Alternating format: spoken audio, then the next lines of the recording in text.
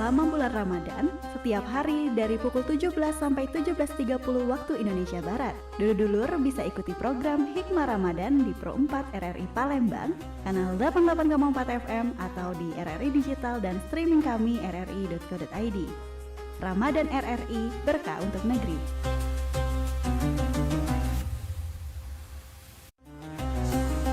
Dulur, sesaat lagi kita berada di acara Hikmah Ramadan Pro 4 RRI Palembang. Ramadan RRI, berkah untuk negeri.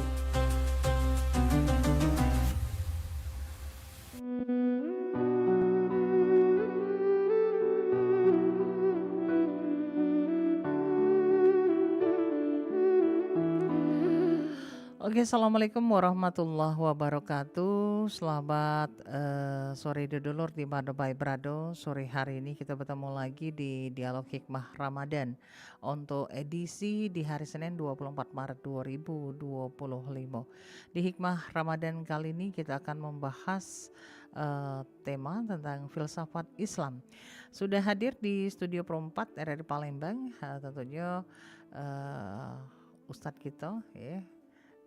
Cak biasa ada Ustadz Muhammad Setiawan SHMH. Tema kita adalah tentang filsafat Islam. Dan kaki dulurku di mana berada, kalau nak bertanya terkait dengan tema ataupun juga di luar tema bisa bergabung melalui line telepon di 0711 351656.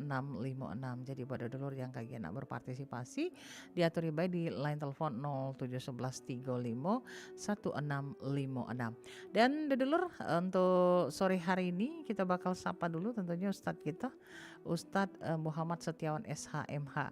Halo, assalamualaikum Ustadz. Waalaikumsalam warahmatullahi wabarakatuh. Cek Ayah. Ya, Ustadz Muhammad Setiawan atau biasa disapa Cek Wan. Sehat ya Cek? Alhamdulillah, begoyur Cek Ayah. Begoyur. Begoyur baik. Basah, begoyur. Iya, hujan nih. Hujan, iya. Hari ini bertemu lagi kita di Dialog Hikmah Ramadan dengan tema filsafat Islam, ya. Dan tentunya kita mempersilahkan mungkin Ustadz untuk memaparkan terlebih dahulu tentunya terkait dengan tema yang bakal kita bahas ini. Diaturi Ustaz. Bismillahirrahmanirrahim. Assalamualaikum warahmatullahi wabarakatuh. Bismillahirrahmanirrahim. Salatu wassalamu ala rasulillah Sayyidina Maulana Muhammad ibni Abdillah wa ala alihi wa sahbihi wa ahli sunnatahu wa jama'atahu min yauminan hadha ila yaumin nahdah. Wa ba'du, para pendengar, para pemirsa Radio Republik Indonesia Pro 4, kaum muslimin muslimat dimanapun berada yang menyaksikan telekonferensi ini, baik melalui kanal YouTube atau media sosial lainnya, melalui RRI Digital maupun melalui radio manual. Pertama kita bersyukur kepada Allah Subhanahu wa taala di hari ini Senin tanggal 24 Ramadan 1446 Hijriah bertepatan dengan 24 Maret 2025 Miladiah. Dan kita sudah masuk di tanggal 24 akhir dari 10 terakhir di bulan suci Ramadan. Kita bersyukur kepada Allah hari ini kita dapat kembali menyimak kajian-kajian seputar disiplin berbagai ilmu agama Islam dalam setiap harinya mulai tanggal 1 Ramadan tadi sampai akhir KG, yang kebetulan kami diamanahi untuk mengampu dan menjadi narasumber pada program Dialog Hikmah Ramadan ini. Nah, hari ini jamaah yang dimuliakan dan dirahmati oleh Allah Subhanahu wa taala, kita mengangkat tema sekitar filsafat Islam. Setelah kita bersyukur kepada Allah Subhanahu wa taala, maka mari sama-sama kita mengirimkan salawat dan salam kepada Nabi kita Muhammad sallallahu alaihi wasallam.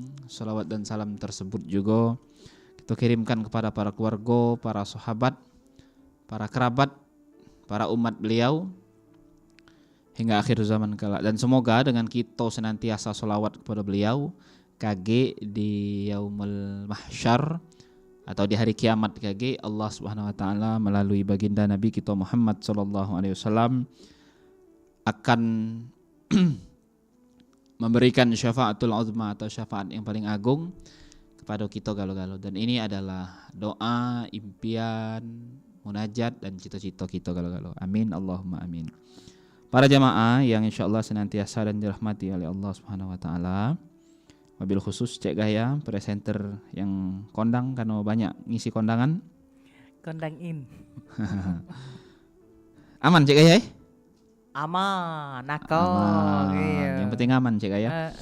Nah, jamaah yang dimuliakan oleh Allah, hari ini kita mengangkat tema mengenai filsafat Islam. Nah, tema ini kalau yang belum tahu mungkin agak bingsal juga ngelihatnya kan, apa dia ini nih. Nah, Iya, gitu saya ya. juga. Uji saya apalah itu kira-kira. Iya ya. Tapi kalau yang mungkin sudah pernah duduk atau memakan bangku perguruan tinggi, Cek masih makan nasi. oh, tidak do makan bangku Ndak makan bangku. perguruan tinggi, tidak do makan bangku kampus tidak Tidak makan bangku kampung. Iya. Bukan kayap masalahnya. Iya. Iya. Tidak ada tergigit tidak ya. Ndak. Nah, jemaah kita serius tapi santai karena tema yang dibawa hari ini agak berat-berat dan ngeri-ngeri sedap. Jadi temanya juga pengayaan, bukan tentang hukum dan akidah. Lebih tema hari ini masih ada kaitannya dengan dua tema kemarin. Kalau tema kemarin itu ialah sejarah peradaban Islam Palembang, serdulunya lagi tanggal 22 itu sejarah peradaban Islam dunia. Nah, yang tema tanggal 22 tadi itu ada kaitannya dengan hari ini, sejarah peradaban Islam dunia dengan filsafat Islam ini. Nah, sebelum kita masuk ke tema yang lebih dalam dan lebih rinci, karena tema yang dibawakan hari ini agak berat bagi kalangan akademisi dan kalangan mahasiswa, kalangan dosen berat, apalagi bagi masyarakat pada umumnya. Nah, maka tentu kita akan bicaranya biar dia lebih gurih, lebih renyah, lebih lezat. Tapi bukan bukon. Kalau bukon kaget jam 6. Biar lebih mudah diterima dan lebih masuk ke kita dan lebih mudah, lebih rileks kita memahaminya, maka kita dengan santai, dengan serius sambil kelakar dengan Cek Gaya ini yang memang ahlinya urusan kelakar, kita membawakan tema ini ya. Karena tema ini kalau dibawakan dengan serius Cek Gaya pacak mumet kepala. Iya. Pening 7 keliling. Pacak nambah uban. Ayo. Udah mahasiswa lagi pacak ngubeng-ngubeng ada Nah, apalagi masyarakat pada umumnya. Maka kita bawakan ini dengan tema yang Lebih rileks. lebih rileks dan lebih santai saja. Agi Cek Gaya angkat telepon kita ini dulu ya. Kita lanjutkan dulu. Lanjutkan dulu. Iya, belum tahu video nak dibahas. Iya. Lanjutkan dulu. Iya, mana temanya asing dulu ada. Jamaah yang dimuliakan dan dirahmati oleh Allah Subhanahu wa taala. Kita intermezzo dulu sedikit di awal ini.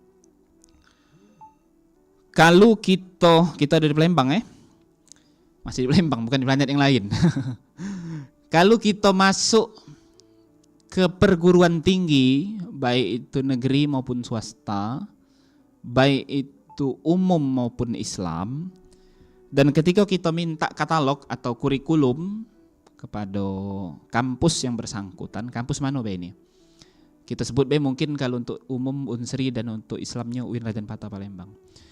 Ketika kita bertanya kepada pihak kampus mengenai katalog, maka mereka akan menyodorkan salah satu mata kuliah dari sekian banyak mata kuliah dari berbagai jurusan, hampir setiap jurusan, bahkan mungkin seluruh jurusan, ada nama mata kuliahnya itu filsafat.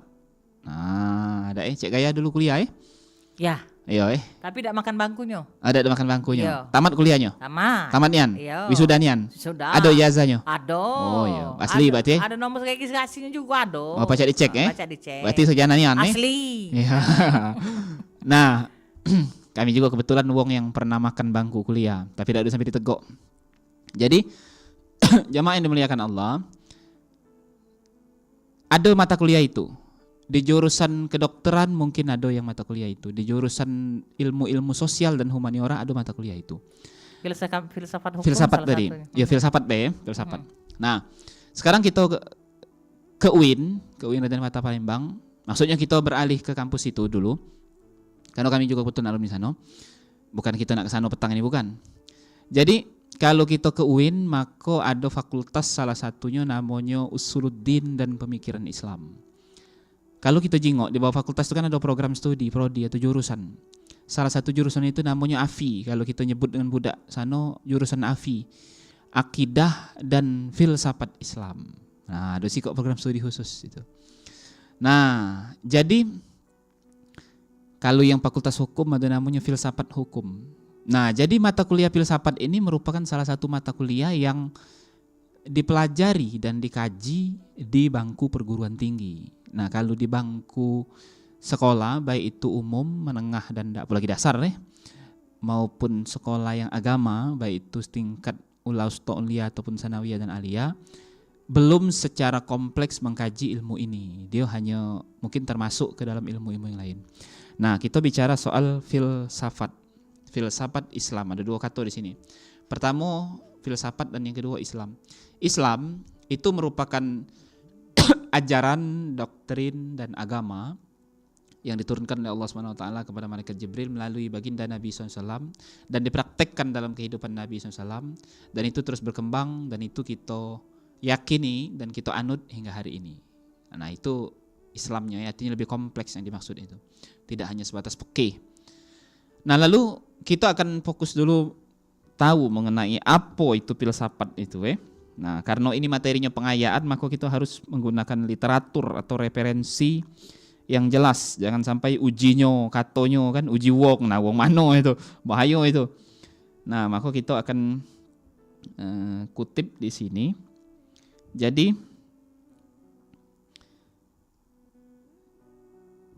filsafat, mungkin ada yang pernah dengar atau ada yang belum pernah dengar. Kalau yang pernah jadi mahasiswa mungkin pernah dengar ini.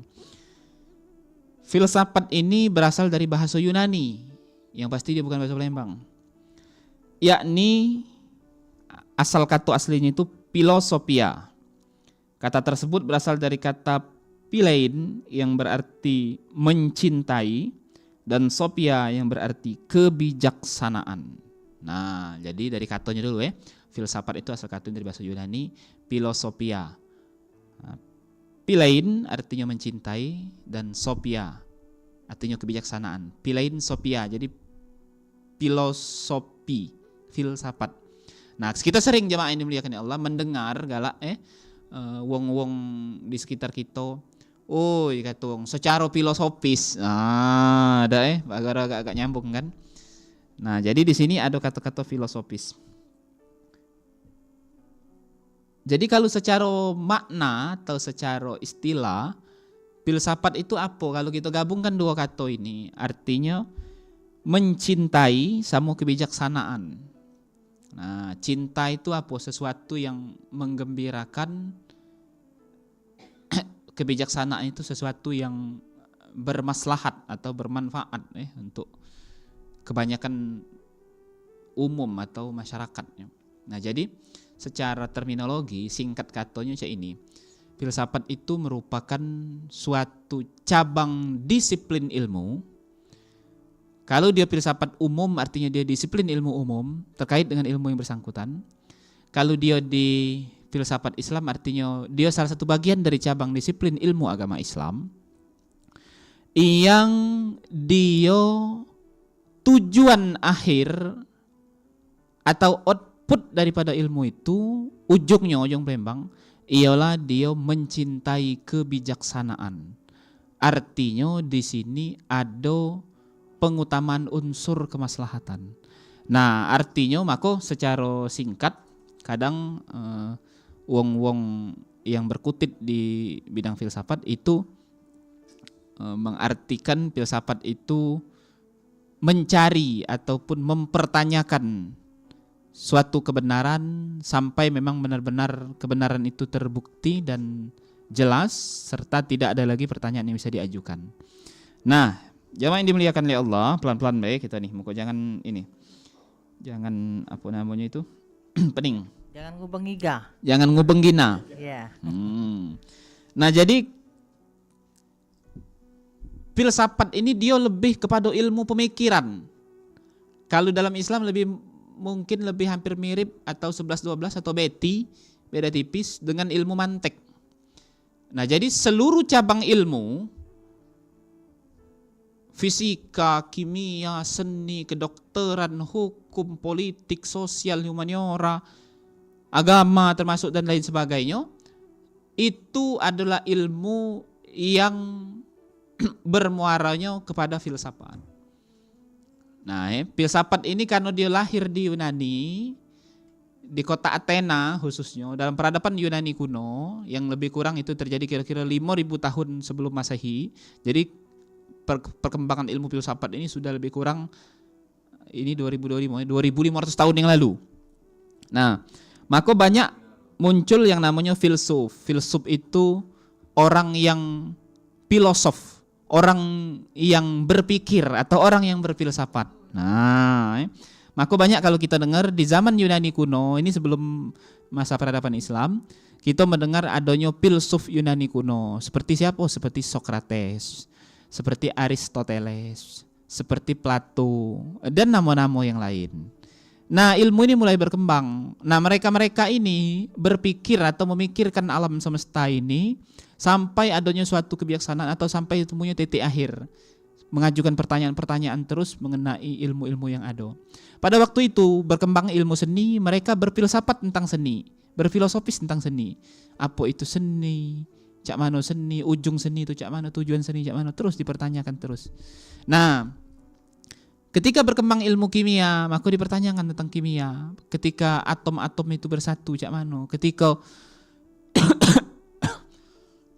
elemen-elemen itu disatukan dalam ilmu kimia muncul apa dan sebagainya, itu terus dipertanyakan dan dikaji terus.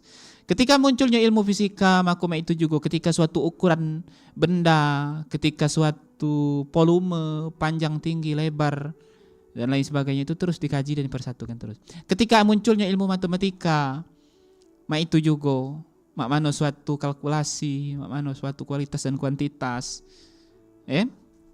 Ketika muncul ilmu biologi, ketika muncul ilmu hukum, ilmu politik, seluruhnya difilsafatkan, seluruhnya dipikirkan dan dicari kemaslahatan atau kebijaksanaan daripada tujuan akhir ilmu itu sendiri. Nah, maka jamaah yang dimuliakan dan dirahmati oleh Allah Subhanahu wa taala.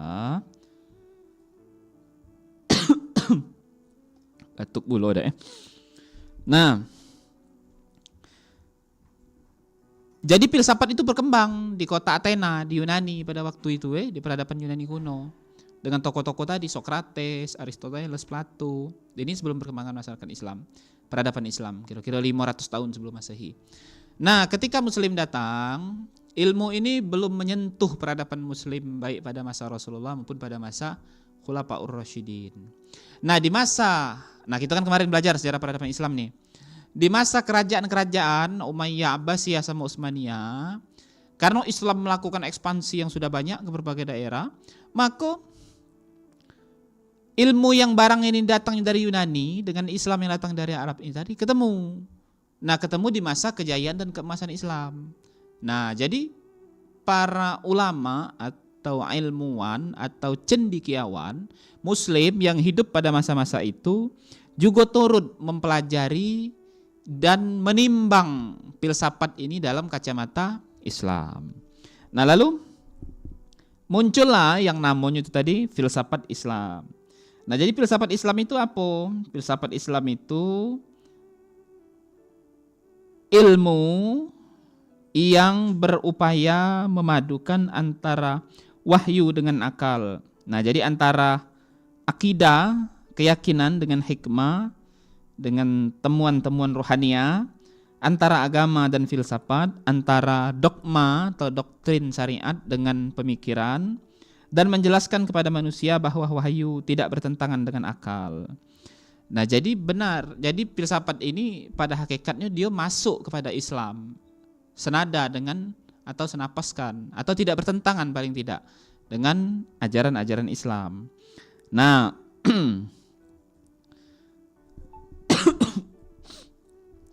karena memang wahyu Allah Subhanahu wa taala itu dijalankan oleh orang-orang atau umat yang dia mukallaf atau dia berakal.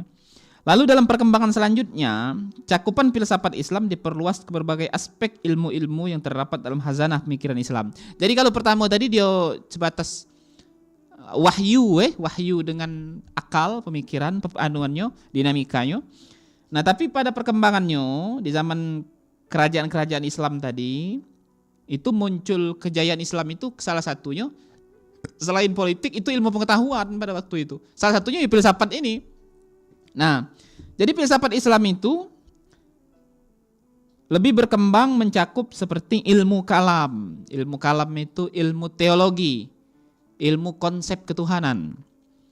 Usul fikih itu ilmu yang cara mengistinbatkan suatu hukum atau suatu syariat agar menjadi produk hukum yang jelas. Lalu tasawuf itu ilmu yang lebih mendekatkan diri atau tazkiyatun nafas, pendidikan jiwa, ruhani. Kalau istilah agim itu manajemen kolbu, kita kepada Tuhan. Lalu ilmu pikir lainnya yang diciptakan oleh para ahli pemikiran Islam. Nah, lalu hubungan filsafat Islam yang ada dikembangkan pada zaman kerajaan-kerajaan Islam tadi dengan filsafat Yunani yang berkembang awal di Yunani tadi, dia mencakup atau merangkum aspek apa? Nah, paling tidak di dalam literatur ini dikatakan ada 3 aspek. Pertama, filsafat Islam membahas masalah yang sudah pernah dibahas filsafat Yunani dan lainnya, seperti konsep ketuhanan, konsep alam, dan konsep ruh. Namun penyelesaian filsafat Islam berbeda dengan para filsafat lain. Para filsuf Muslim juga mengembangkan dan menambahkan ke dalamnya hasil-hasil pemikiran mereka sendiri. Lalu filsafat Islam membahas masalah yang belum pernah dibahas oleh generasi sebelumnya, seperti filsafat kenabian. Lalu juga dalam filsafat Islam terdapat pemaduan antara agama dan filsafat atau pemikiran itu sendiri. Akidah, konsep ketuhanan, dan hikmah, konsep kerohanian, serta wahyu, kalam Tuhan, dan akal, pemikiran.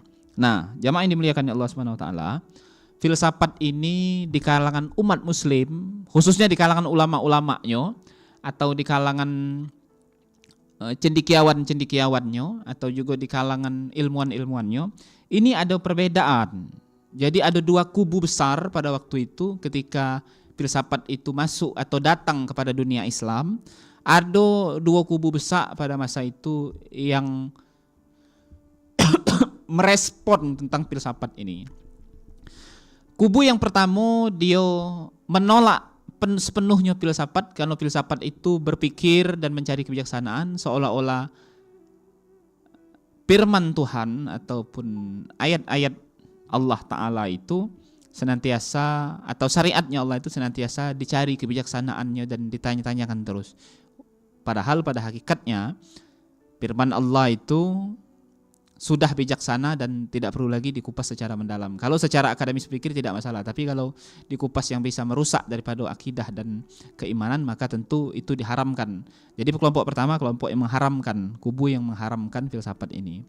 Kubu yang kedua yaitu kubu yang dia menerima filsafat ini dan menganggap itu hal biasa di dalam pemikiran secara Islam. Jadi kalau yang tadi agak literalik, kalau yang ini agak liberal.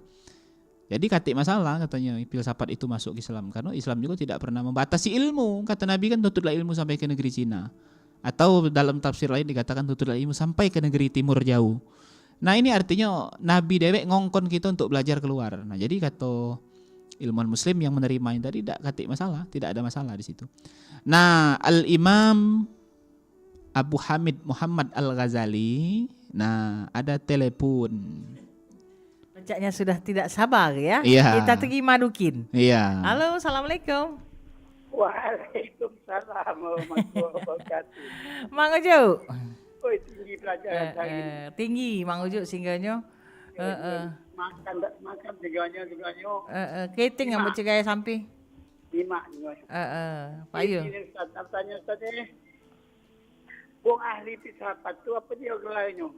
Jadi kalau ada tak dia semacam lama biasa, apa dia sebatas di dosen saya, apa dia juga ulama-ulama wong ahli filsafat ini?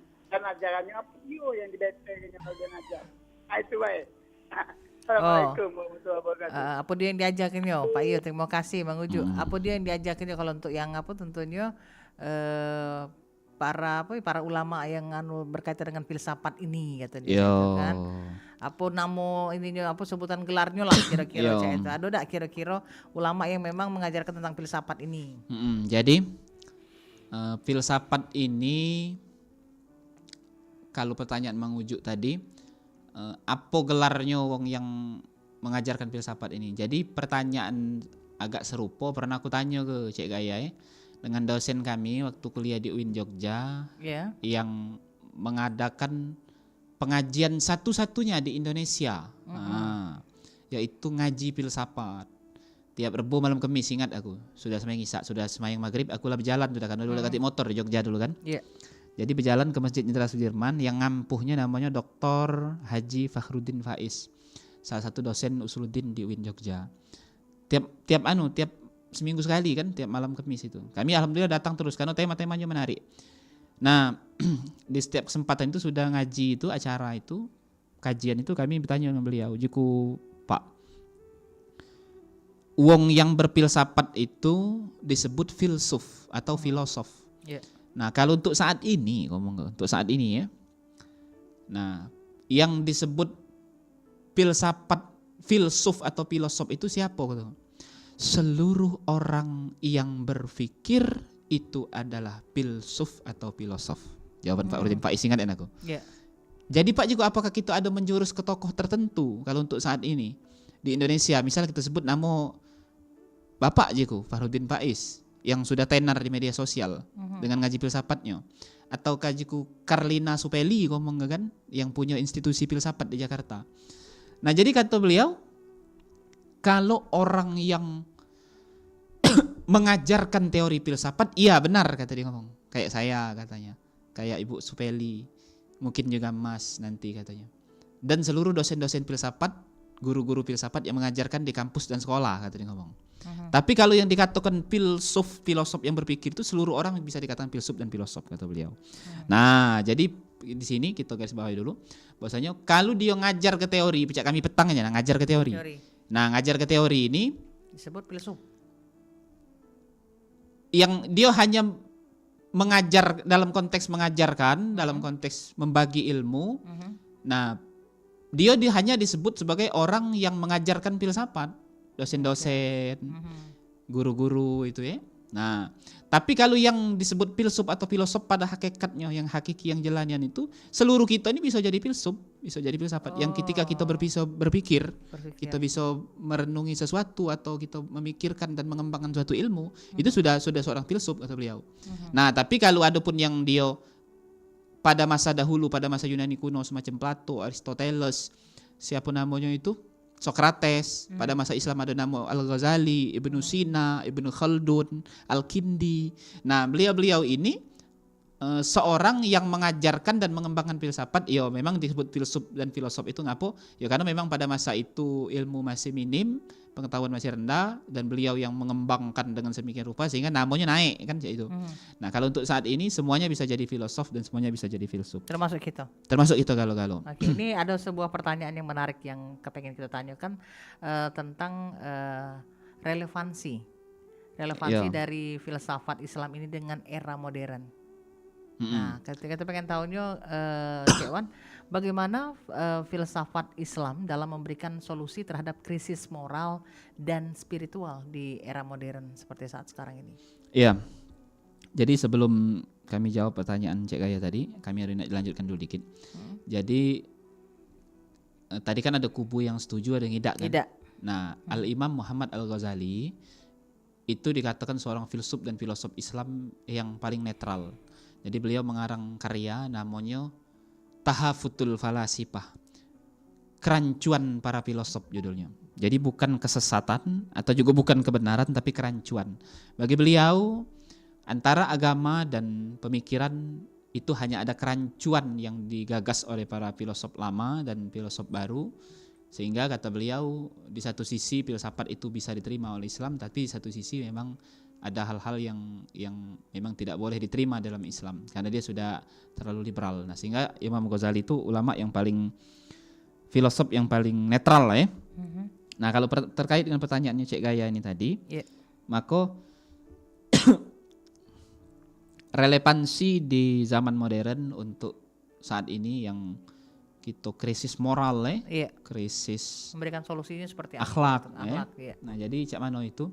Jadi di zaman masa kejayaan Islam itu ya, di zaman masa Kesultanan Umayyah, Abbasiyah dan Utsmaniyah itu banyak. Nah, sini kami jelaskan dulu ya.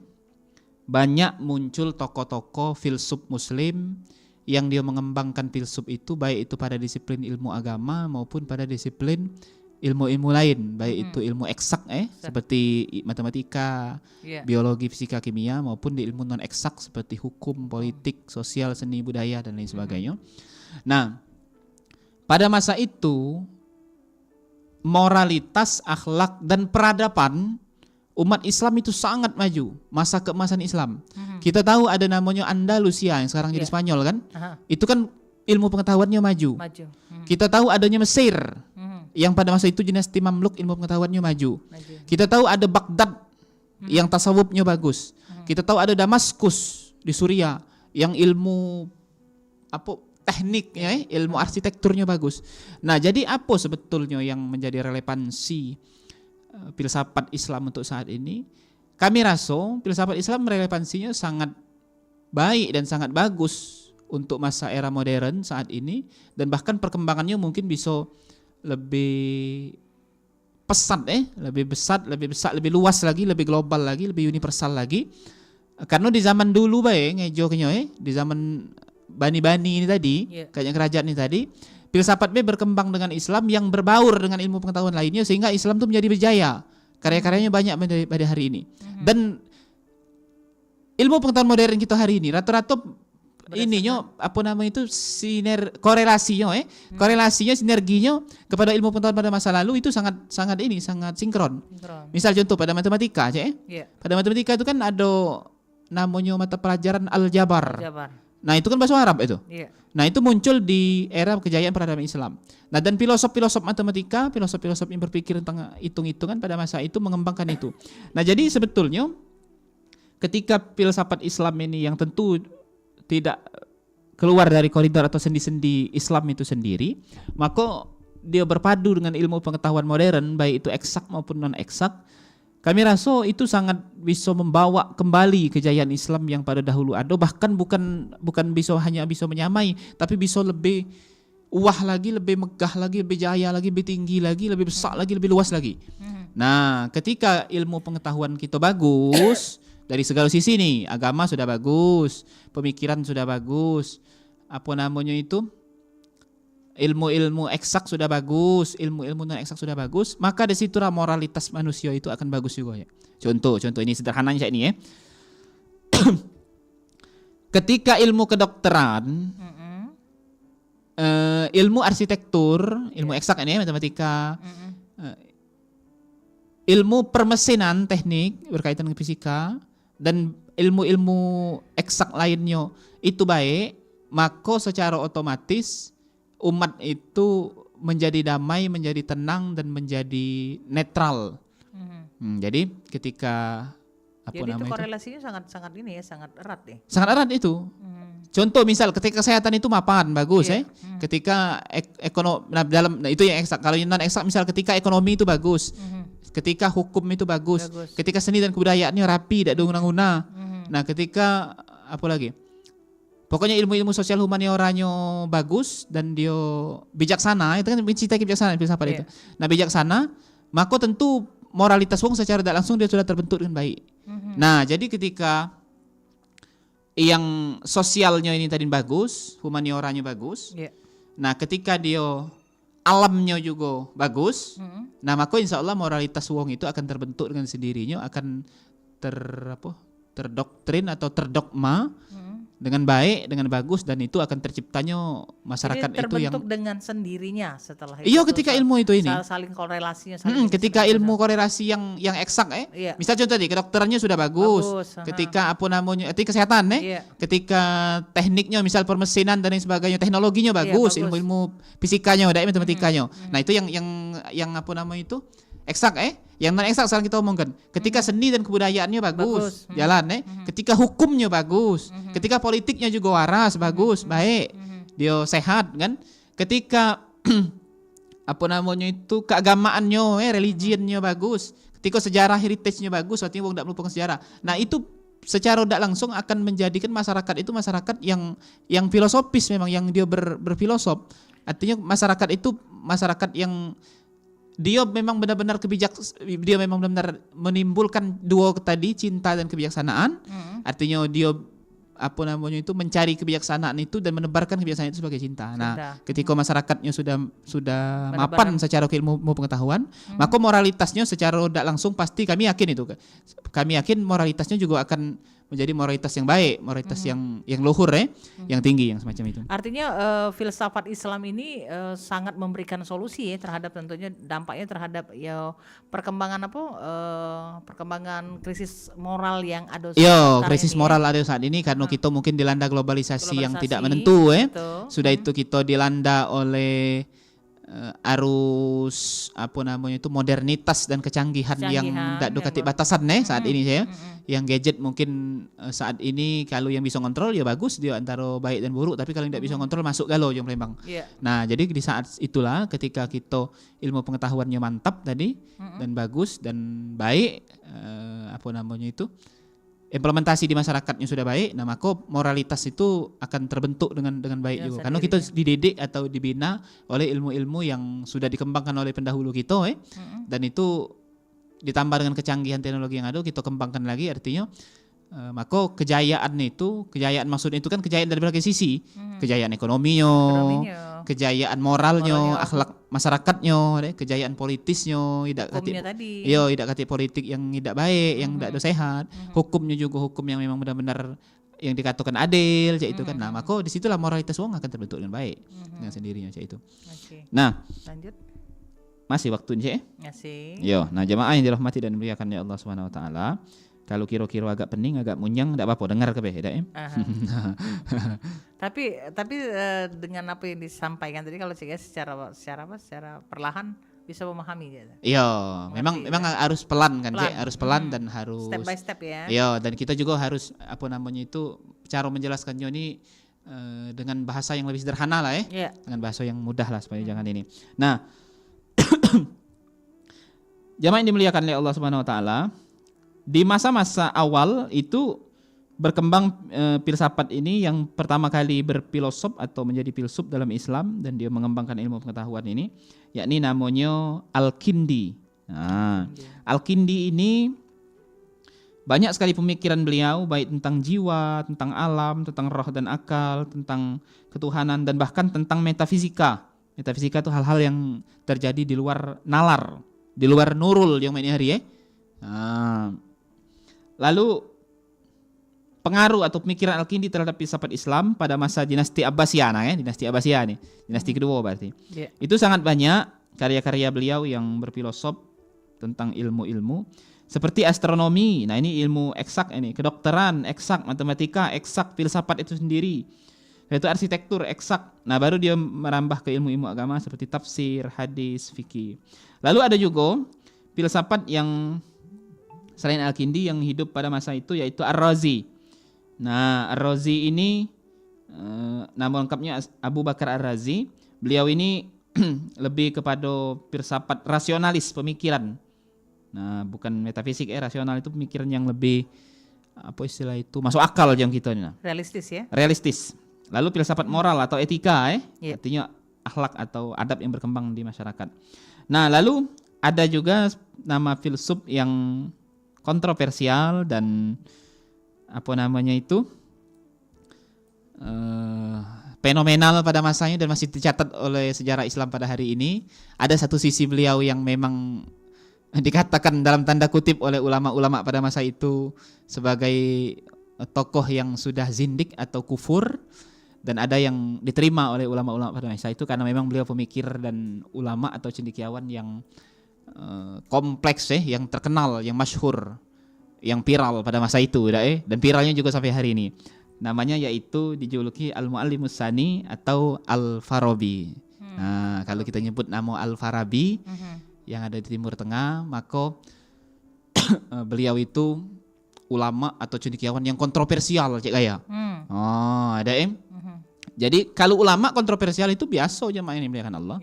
Karena maka kalau kita hari ini ada kiai yang sikok bekunut, sikok tak bekunut lah ribut, aku rasa itu problem yang sangat primitif. Karena ngapo? itu hal-hal yang biasa dan tidak katik masalah, katik problem. Nah dulu itu ada ulama namanya Al-Farabi. Al-Farabi ini ulama yang sangat kontroversial. Dia sudah merambah kepada konsep-konsep ketuhanan. Sehingga pada masa itu ulama-ulama sesama kiai zaman itu ingin menjatuhkan hukuman kepada beliau. Ingin menghukum beliau karena Si Al-Farabi tadi ya? iya Al-Farabi tadi, sehingga pemikirannya banyak yang dikatakan sudah menyimpang, sudah keluar dari agama dan sebagainya. Nah Al-Farabi ini pemikirannya lebih kepada metafisik, lebih kepada filsafat kenegaraan, filsafat praktis dan logika serta filsafat bahasa. Nah ini tokoh yang sangat fenomenal pada masanya. Ada yang ngomong beliau ini dihukum mati oleh penguasa pada waktu itu karena menentang politiknya penguasa pada waktu itu, dipenggal. Nah dan karya-karyanya itu tetap hidup walaupun dia dipenggal. Karena alasan menggalnya katanya alasan penghukuman kepada beliau pada waktu itu bukan karena pemikiran beliau tapi karena beliau berseberangan pada waktu itu dengan penguasa pada waktu itu kan. Jadi beliau dihukum Al-Farabi ini. Nah pemikirnya sampai hari ini masih berarti ada dislike ya, ketidaksukaan berarti terhadap Al-Farabi ya. Iya. Lalu ada juga tokoh namanya Ibnu Miskaweh. Ibnu Miskaweh ini mengembangkan filsafat ketuhanan, emanasi, jiwa, akhlak, etika, kenabian dan filsafat politik juga. Ibnu Sina? Lalu ada Ibnu Tufail yang juga mengembangkan Ibnu Sina metafisik, fisika, manusia dan epistemologi. Nah, ada salah seorang tokoh filsafat yang juga fenomenal. Karyanya sampai hari ini masih dibaca, namanya Bidayatul Mujtahid. Namanya pengarangnya Ibnu Rushd. Uji wong barat Everest. Wong barat tuh susah nyebut Roshin sama dal Rushd. Ibnu Rushd. Uji wong barat saro nyebutnya kan wong barat dak ngaji Iqra sama turutan. Iya, ilatnya agak bebelit. Agak bebelit Apa dia keluh Kalau di lagu Semes tuh kenapa lidahku keluhnya tiap menyebut namamu. Jangan tegangin ada belajar filsafat nih. Gak penting pula setores yang memang.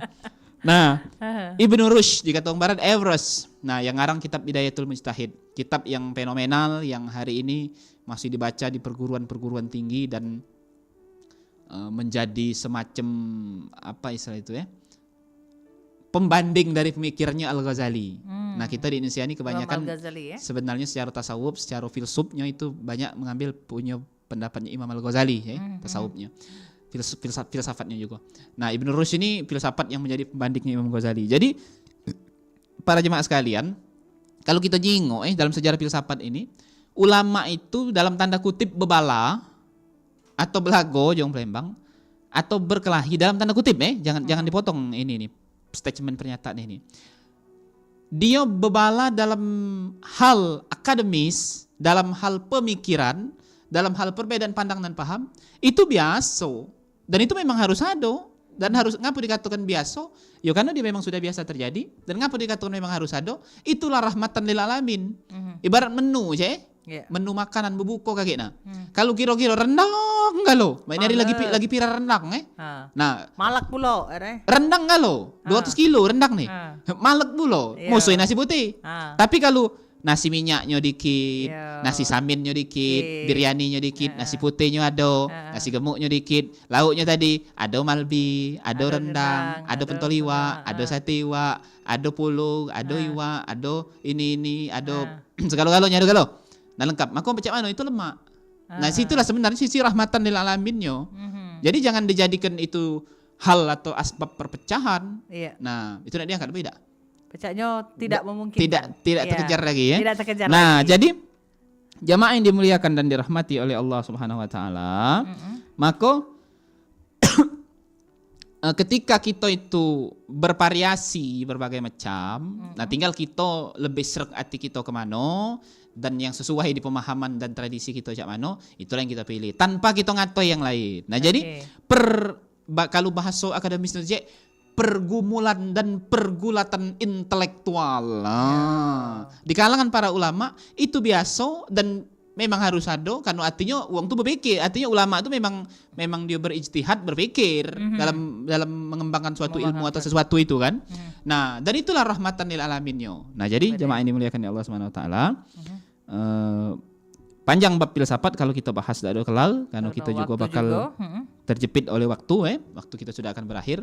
Jadi sebagai closing statement atau penutup kita pada petang hari ini, bahwasanya kita belajar filsafat ini adalah belajar ilmu cinta dan ilmu kebijaksanaan sebagaimana katanya. Nah, jadi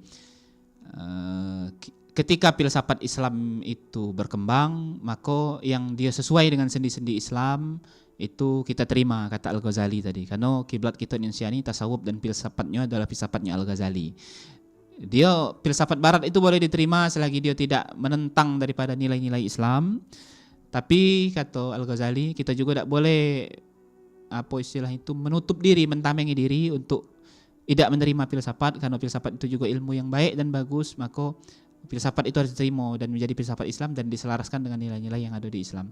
Nah, maka cinta dengan kebijaksanaan yang dimaksud akan segera terwujud. Nah, ketika ada perbedaan di kalangan cendekiawan muslim kita, maka kita bebas pilih anak yang mana dan itulah pergulatan dan pergumulan intelektual di kalangan muslim itulah menjadi rahmat, menjadi menu bagi kita untuk kita santap dan kita nikmati hidangannya tadi, dan itu menjadi kasih sayang atau rahmat antar kita untuk tetap saling menghormati. Perbedaan itu adalah rahmat dan kasih sayang yang harus kita implementasikan dalam kehidupan kita. Kami selaku narasumber mohon maaf apabila ada khilaf dan salah, kepada Allah kami mohon ampun.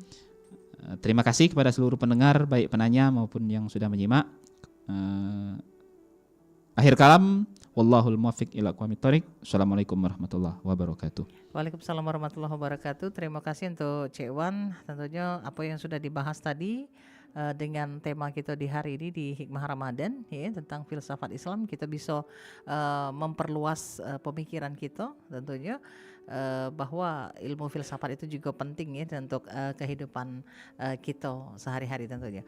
Dan dulurku di mana berada, sampai di sini dulu acara kita Hikmah Ramadan pada kesempatan di suasana sore hari ini. Selanjutnya kita akan menuju ke Masjid Agung Sultan Mahmud Badaruddin II Palembang untuk menantikan acara siaran langsung, menanti waktu berbuka puasa, beduk dan azan maghrib, serta tentunya pengajian Al-Quran dan beduk dan azan maghrib untuk wilayah kota Palembang dan sekitarnya. Dulur-dulur, sudah kita pelai bersama acara Hikmah Ramadan Pro 4 RRI Palembang. Ramadan RRI berkah untuk negeri.